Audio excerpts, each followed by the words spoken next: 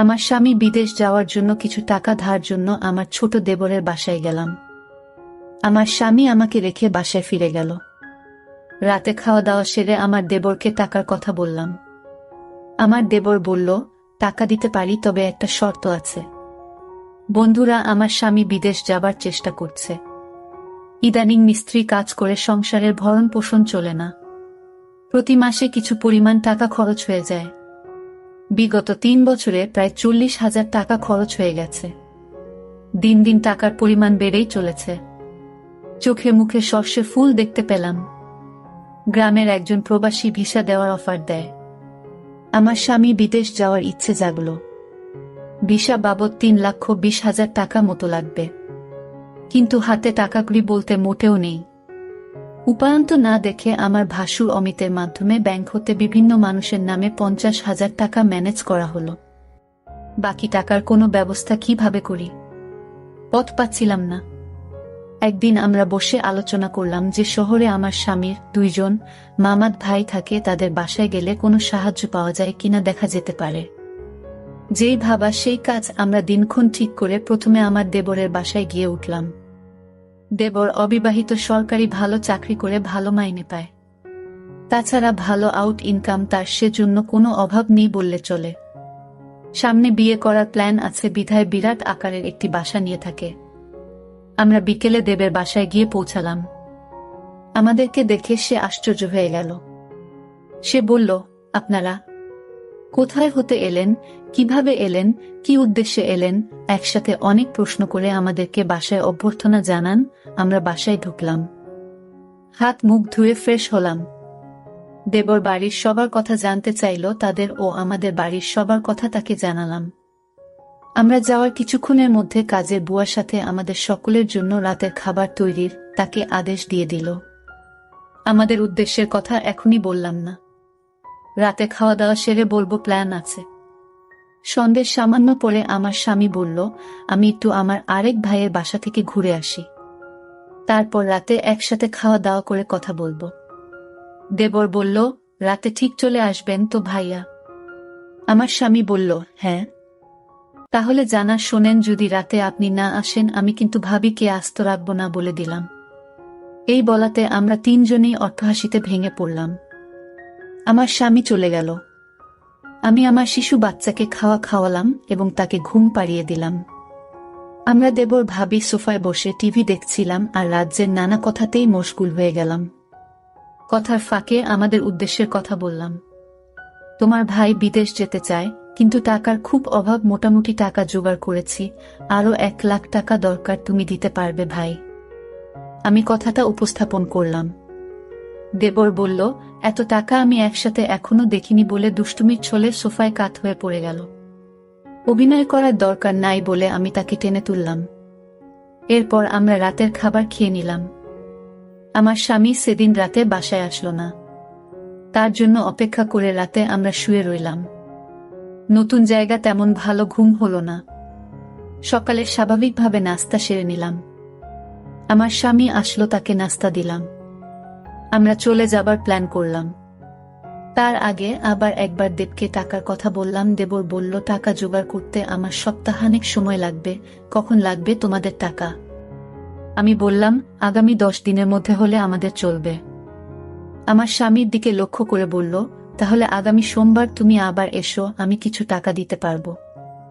বাকি টাকা তুমি অন্য কোথাও সংগ্রহ করতে পারো কিনা দেখ। আমার স্বামী কি যেন চিন্তা করলই, তারপর বলল, তাহলে আমি তোর ভাবিকে রেখে যাই। তুই যত তাড়াতাড়ি পারিস টাকা জোগাড় হলে তোর ভাবিকে পাঠিয়ে দিস, কেমন? আমি আপত্তি করলাম। আমার স্বামী আড়ালে নিয়ে আমাকে বলল, যদি আমরা কেউ সামনে না থাকি তাহলে সে যদি টাকার কথা ভুলে যাবে। আর তুমি এখানে থাকলে এমন কিছু ঘটবে না। তুমি এখানে থাকো, টাকা যে কোনো উপায় আমাদের পেতে হবে। আমি বাড়ি গিয়ে বাকি টাকা জোগাড় করতে হবে। আর তুমি বুঝিয়ে সুঝিয়ে বেশি টাকা নিতে পারবে কি না দেখবে। আমি রয়ে গেলাম। আমার স্বামী চলে গেল। আমার স্বামীকে গাড়িতে তুলে দিয়ে 1 ঘন্টার মধ্যে দেবর ফিরে আসলেও দিনে কোনো প্রকার দুষ্টুমি করেনি। রাত হলো, সে রাতের কথা।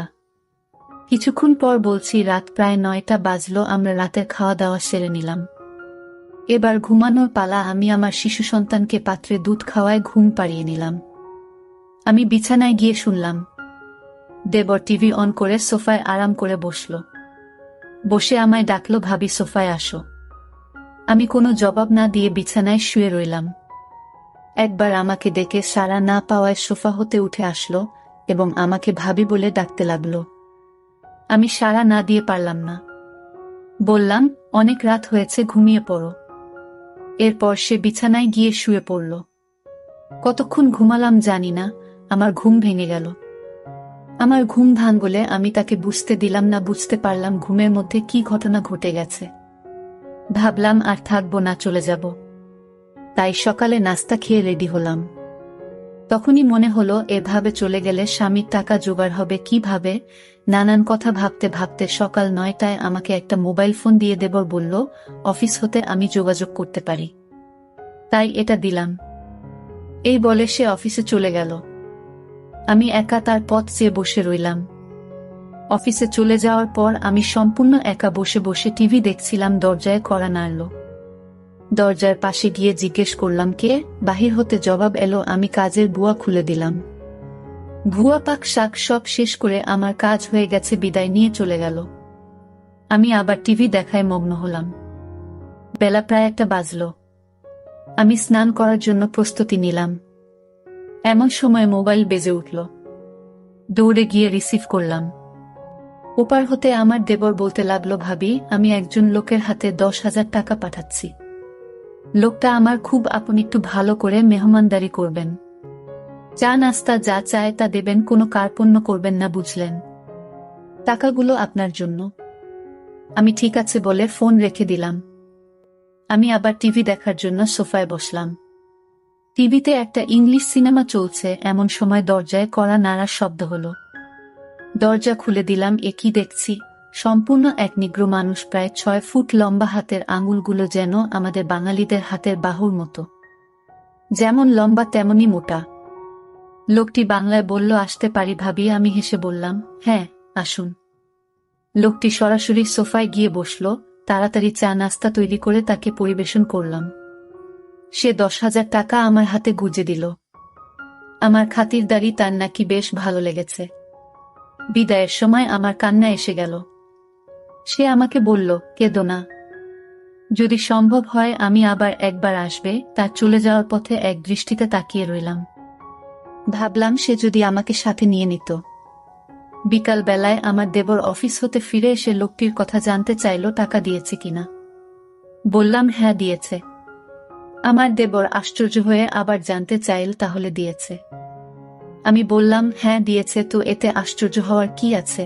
আমার দেবর হেসে উঠে বলল, এমনি দেওয়ার কথা ছিল না। আমি কোনো কথা না বলে চুপ হয়ে রইলাম। আমার নীরবতা এসে যা বোঝার বুঝে গেল। আমাকে বলল, ভাবি, দুনিয়াটা বড়ই কঠিন। কেউ কাউকে এমনি টাকা দিতে চায় না, সবাই বিনিময়ে চায়। সে আমাকে ধারে টাকা দিয়েছে, যথাসময়ে এগুলো ফেরত দিতে হবে। আমি তোমাদের টাকা প্রয়োজনের কথা এবং তোমার উপস্থিতির কথা সব জানিয়েছিলাম। তুমি যদি দাদাকে যদি কিছু না বলো, তাহলে 1 থেকে 2 লাখ টাকা জোগাড় করে দেওয়া যাবে। শুধু দাদাকে বলবে সব টাকা আমি দিয়েছি। এতে টাকাও জোগাড় হয়ে যাচ্ছে। তখন ভাই বিদেশ যাওয়া নিশ্চিত হচ্ছে। আমি তার কথা নির্দেশ সব শুনছিলাম। উপদেশ শেষ করে আবার সম্মতি জানতে চাইলে আমি কোনো উত্তর না দিয়ে নীরব রইলাম। আমার চোখে ভেসে উঠতে লাগলো, আজকের লোকটির কথা কি নাম কে জানে, জিজ্ঞেস করা সম্ভব হয়নি। খ্রিস্টান না মুসলমান তাও জানা যায়নি, তবে হিন্দু নয় যে সে ব্যাপারে নিশ্চিত। আমার দেবর আমার সম্মতি আবার স্পষ্ট করে জানতে চাইলে বললাম, আমি কি বলবো, তুমি যা ভালো মনে করে তাই করতে পারে। আমার সম্মতির লক্ষণ দেখে বলল, রাতে একজন মেহমানকে দাওয়াত করেছি। কিছুক্ষণ পর কাজের বুয়া আসলো। সে বিকেলে চা নাস্তা তৈরি করার পাশাপাশি রাতের রান্নাবান্না শেষ করে চলে গেল। কে আসছে, কেমন হবে, লোকটি মনের ভেতর একটা চঞ্চলতা কাজ করতে লাগলো। রাত 9টা বাজলেই আমি দেবরকে বললাম, খেয়ে নেবে না, মেহমানের জন্য অপেক্ষা করবে? বলল, না, মেহমান কে আসবে, চলো আমরা খেয়ে নিই। আমরা খেয়ে নিলাম। আমরা বসে বসে টিভি দেখছি। প্রায় রাত 10টা। দরজায় খটখট আওয়াজ শুনলাম, বুঝলাম মেহমান এসে গেছে। আমার দেবর দরজা খুলে দিল। মেহমান ঘরে ঢুকে জানতে চাইল তোমার ভাবি কই। দেবর বলল ভিতরে আছে। দুজনে একসাথে আমি যে ঘরে আছি সে ঘরে চলে গেল। দেবর তার সাথে আমাকে পরিচয় করিয়ে দিল। লোকটি দেবকে উদ্দেশ্য করে বলল, তোমার ভাবিকে তো দেখতে দারুণ লাগছে। আমি 1 মিনিট টিভির দিকে তাকিয়ে আছি। সকালে ঘুম হতে উঠে ফ্রেশ হলাম। তারপর দুজনে চা নাস্তা খেলাম। আমার দেবর সকাল 9টায় অফিসে রওনা হয়ে গেল। আজ কোনো মেহমান আসবে কিনা বলে গেল না। আমার কাছে গতকালে রেখে যাও তার মোবাইলটা কিন্তু আছে, হয়তো যোগাযোগ করবে, না করলে আরো ভালো। আজ বিশ্রাম নেওয়া দরকার। দেবর চলে যাওয়ার পর আমি বিছানায় শুলাম, কেমন জানি একা একা লাগছে। ভুয়া আসলো দরজায় নক করার সাথে সাথে আমি গিয়ে খুলে দিলাম। বুয়া তার কাজ ঘন্টা দেড়েকের মধ্যে শেষ করে চলে গেল। আমি আবার একা হয়ে গেলাম। ঘরের দরজার খিল মেরে দিয়ে বিছানায় শুয়ে পড়লাম। আজকের দিনের সব ঘটনা ভাবতে ভাবতে হঠাৎ মনে হলো দরজা খুলে কেউ যেন প্রবেশ করছে। ভাবলাম আমার দেবর হয়তো আজ তাড়াতাড়ি ফিরে এসেছে। বিছানা থেকে উঠলাম না, দেবের সাথে দুষ্টুমি করার জন্য ঘুমের ভান ধরে শুয়ে রইলাম। দেবর ঘরে ঢুকে দরজা বন্ধ করে দিল। আস্তে 1 পা 2 পা করে আমার ঘরে প্রবেশ করল। আমি আজ প্রতিজ্ঞা করলাম, আমি চোখ খুলব না। দেবরটা আমার ঘরে ঢুকে কোনো কথা বলল না। অনেকক্ষণ দাঁড়িয়ে থেকে যাতে করে আমি জেগে না উঠি। আমার কাছাকাছি বসো। চোখ খুলে আমি হতভম্ব হয়ে গেলাম। এ সম্পূর্ণ এক অপরিচিত এক লোক, আগে কখনো তাকে দেখেনি। আমি জিজ্ঞেস করলাম, আপনি কে? বলল, আমাকে কেউ পাঠায় নাই, আমি পাশের বাসা থাকি এবং এই ঘরগুলোর মালিক। বাসা হতে বের হওয়ার সময় দেখলাম তোমার দরজাটা লাগাওনি। আমি ঢুকলাম, ভাবলাম একটু গল্প করে যাই। সে বলল, আমি তোমাদের সমস্যার কথা শুনেছিলাম। কি সমস্যা বলো তো? জবাবে বললাম, আমার স্বামী বিদেশ যাওয়ার জন্য টাকা ধার চাইতে এসেছিলাম। টাকা জোগাড় হয়েছে। তোমার কি সে আপন দেবর? না, আমার স্বামীর গ্রাম্য বাল্যবন্ধু এবং দূর সম্পর্কের চাচাতো ভাই। লোকটি হেসে উঠল, তাই? চিন্তা করো না, আমি তোমাকে সাহায্য করব। আমি এখানে একা থাকি, কেউ নেই। যতদিন থাকো আমি তোমাকে সেলফ করব। আমি এখনই টাকা দিচ্ছি। এই বলে বাসায় গিয়ে টাকা নিয়ে ফিরে আসলো। টাকা দিয়ে বলল, কাউকে বলবে না।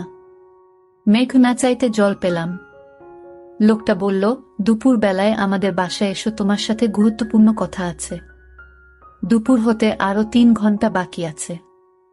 অপেক্ষা করতে করতে যখন 2টা বাজলো, আমি আস্তে আস্তে 1 পা 2 পা করে বাড়ির মালিকের ঘরের দরজায় গেলাম। দরজায় চোখ রাখলাম, কিছু দেখলাম না। দরজায় আস্তে করে টোকা দিলাম, কারো জবাব পেলাম না। দরজায় হাত দিতেই দরজা খুলে গেল। ভিতরে ঢুকে দেখলাম সে তার রুমে শুয়ে আছে। আমি তার পাশে গিয়ে দাঁড়ালাম। আমায় দেখে খুশিতে হেসে বলল, তুমি এসেছ। লোকটা বলল, তুমি দেখতে আমার বড় মেয়ের মতো। সে দেশের বাইরে থাকে। কয়েক বছর হলো সে বাসায় আসে না। নিজেকে একা একা লাগে। লোকটা বলল, তোমার এখানে আর থাকার দরকার নাই। তোমার যত টাকা লাগে সব আমি দিচ্ছি। দুনিয়াতে এখনো অনেক ভালো মানুষ আছে যারা কোনো বিনিময়ে চায় না। অনেক দিনের জমানো কথাগুলো তার সাথে শেয়ার করে প্রায় ঘন্টা 2 পর আমি আমার দেবর ঘরে ফিরে এলাম। এভাবে আমার টাকা জোগাড় হয়ে গেলে দেবরকে বললাম, আমি চলে যেতে চাই। দেবর না বলল না। তারপরের দিন সকালে আমায় বাসে তুলে দিলে আমি বাড়ি চলে এলাম। কয়েকদিন পর আমার স্বামী বিদেশ চলে গেল। বন্ধুরা, আজকে বিদায় নিচ্ছি। গল্প ভালো লাগলে একটা লাইক দিয়ে বন্ধুদের সাথে শেয়ার করে দাও। আর এই চ্যানেলটি নতুন দর্শক হয়ে থাকলে চ্যানেলটি সাবস্ক্রাইব করে নিতে ভুলবে না নতুন নতুন গল্প পেতে। দেখা হবে আগামীকালের নতুন ভিডিওতে।